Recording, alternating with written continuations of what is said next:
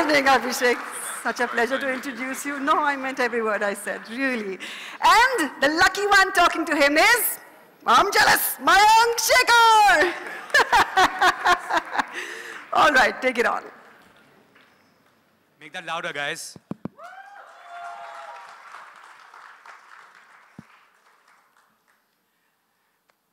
This is the second one-on-one conversation of the day at Jagran Cinema Summit.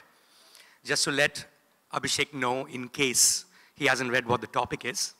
The topic is deep dive, in the sense, I wish we'd done some drugs together, because it's easier to deep dive.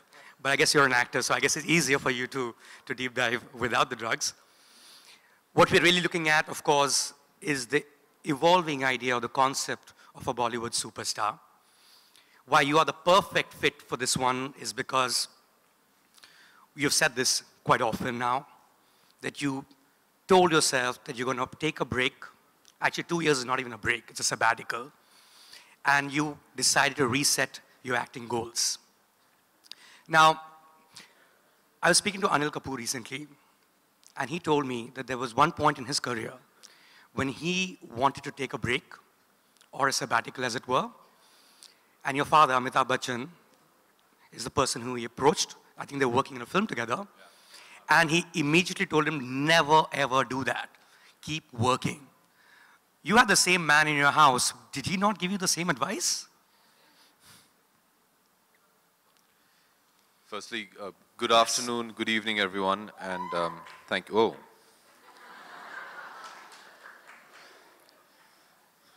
That feels good. See, you shouldn't have taken that self-imposed hiatus. You know, Mayank, when I decided that I needed to take this sabbatical, I was very convinced that this is what I needed to do for myself, for my career. And the decision had been made. I mean, obviously, normal table conversation, I did tell my family that this is what I was planning to do. And my father, he did respond with a similar, I mean, I don't think he was as emphatic as he would have been with Anil, but he said, look, you know, I did this and it's the biggest mistake I made in my career. Right. And are you sure you want to do this? And I mean, it's your call, but he gave me his opinion. I think times were different when he did it. In 1992, if I'm not mistaken, when my father finished shooting Khuda Gawah, he decided for various reasons that he wanted to... Which was a great film, by the way. It was, yes. Yeah. That he wanted to take a break, and after 5-6 years, he was kind of coerced into coming back. In those days, when he came back, he felt he had lost touch with what the audience wanted. Also, in that interim period, there was an entire new generation that had come into watching movies, but more importantly, there was an entire new generation that was making movies. The likes of Suraj Barjatia and Aditya Chopra had come in and left their stamp and changed Indian cinema and how the audiences wanted to view cinema, what kind of heroes they wanted. Suddenly from the angry young man, it became the romantic NRI hero. So when my dad came back, he felt that, oh my God, I'm still doing the kind of films that I was doing in the late 80s, early 90s, and that wasn't working. That was why he felt it was a mistake. He felt he lost touch. I was very aware of this, because obviously having, you know, lived through that phase with him. But when I decided, I think times have changed, there's a lot more information, you're a lot more accessible. And plus, I wasn't planning to, you know, go off into the mountains and just vegetate for like 2 years. I was very sure of how I wanted to execute this plan of mine. In fact, taking the break and stopping making films was actually the first step of the plan. It was the first step of the execution of the plan. This is something I've been thinking of for the last 4 or 5 years. All my friends are from the film industry. The people I socialize with on a normal basis are from, in some way, the film industry or the media. So I think, and today you have social media as well, and I think it's very easy to keep abreast of what's going on, what kind of films are being made. So I wasn't really removing myself from this world. So I was very sure of that I'm not going to lose touch. But more importantly, it was a very personal decision where I felt I just needed to recalibrate how I was working. It wasn't the kind of work I was doing, it's how I was doing the work. And I was very confident in the kind of actor I hoped to come back as. I had more confidence in that actor than I did in the doubt of, oh my God, am I going to lose touch? You know, out of sight, out of mind. You know, are you going to be left behind? All these kind of things. So I was more confident on the person that I aimed to become. And I think that's the difference between my dad's time and my time. Yeah. Right. I mean, one of the words to describe a summit, perhaps if you were to translate in Hindi, would be a manthan, right? Self-introspection. And that's precisely what you did. What was the conclusion from that self-introspection? Not that you went to the Himalayas, you were obviously working, you were doing various things at the same time. But what is it that you learned because you took a step back to be able to see a larger picture?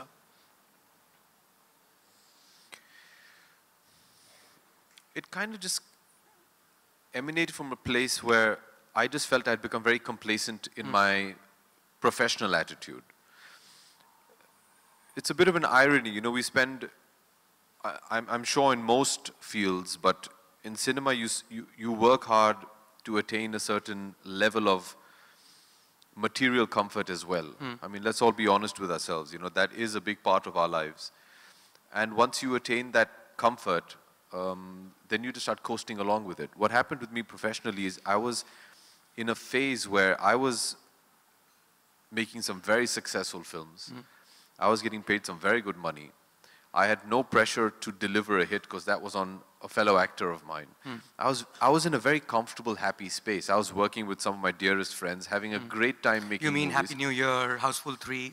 Yeah, all these kind of films, you know. And what happens is once it works, then you do another one because you know it works. Then you do the third one saying, this is really easy.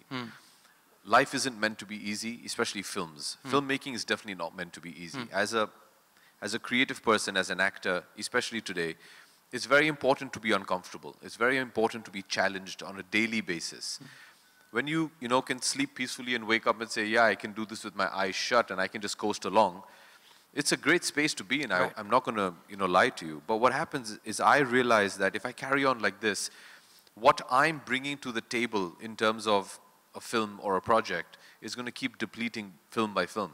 Because I'm not contributing anything. I'm just there, I'm having a blast. Getting paid well. I'm getting paid well, and the films are becoming, you know, 200, 300 crore films. But if I'm going to stop contributing to my project, in 2-3 films times, my producers are going to say, hey, why do I need him? I'll take somebody else. So you become disposable. I wanted to stop before I reached that stage. I said, no, you need to stop. You need to take a step back and just recalibrate, like I say, re-energize, come back with a lot more focus, and come back with a plan. You know what had happened with me, Mayank, and I've known you for so many years, and I mean, I'm sure there are people here who have met, I mean, Jyoti's here. Jyoti's known me since I was a kid. You know, people don't believe it, but even though I'm born and brought up in this film industry, and this film industry is my life, it genuinely is. Making movies is something that I am most passionate about. I love the film industry. I love making films. I love watching films. It's my world. Now what happens is, when I got the opportunity to become an actor, and I say I got the opportunity because another thing people don't believe is... Right, I was going to ask you that question at some point. It wasn't easy comings for me in that sense. You know, everybody would have thought being Mr. Bachan's son, there was a line of producers. No, so did you make that shit up, that you actually went for 2 years from one producer director's office to the other? Because everyone in Bombay should have a struggle story. You are Amitabh Bachchan's son, and it takes you 2 years to make a debut. I refuse to believe it. There's my life story for you. They refuse to believe my truth as well, yeah. No, the only difference is I did not entirely go to all the producers' office. Sometimes they came to my father's. It was a bit of both. I was at that point working for my father's company as a production boy and as an assistant director. And that's when I was trying to get a job as an actor. And shockingly, which should have been a reality check for me, which I obviously didn't let it impact me as much as it should have, was most of them, and all the ones that said no to me, said it saying, no, we don't want the responsibility of launching Amitabh Bachchan's son. Because they realized what that would take. And then suddenly, you know, one day, as a blessing, in walked Mr. J.P. Datta, and he had just made Border, and he offered me a film, and I jumped at the opportunity, because you know, I mean, obviously it's J.P. Datta, why would you not want to work with him? But what happened after that is, it's just, you're like a kid in a candy store. I was just happy as an actor to have a job, to go out there and make movies. And guess what? I was enjoying it. Right. Maybe some of the results I wasn't enjoying, but by and large, the process was wonderful. So I never really laid down and say, hey, what do I want out of my career? What do I want to achieve? How do I want to go about achieving it? I was just happy being an actor, getting a job and getting to make movies. And getting your next film and your next. Absolutely. Right. So I needed to rethink that. So these are the kind of things so that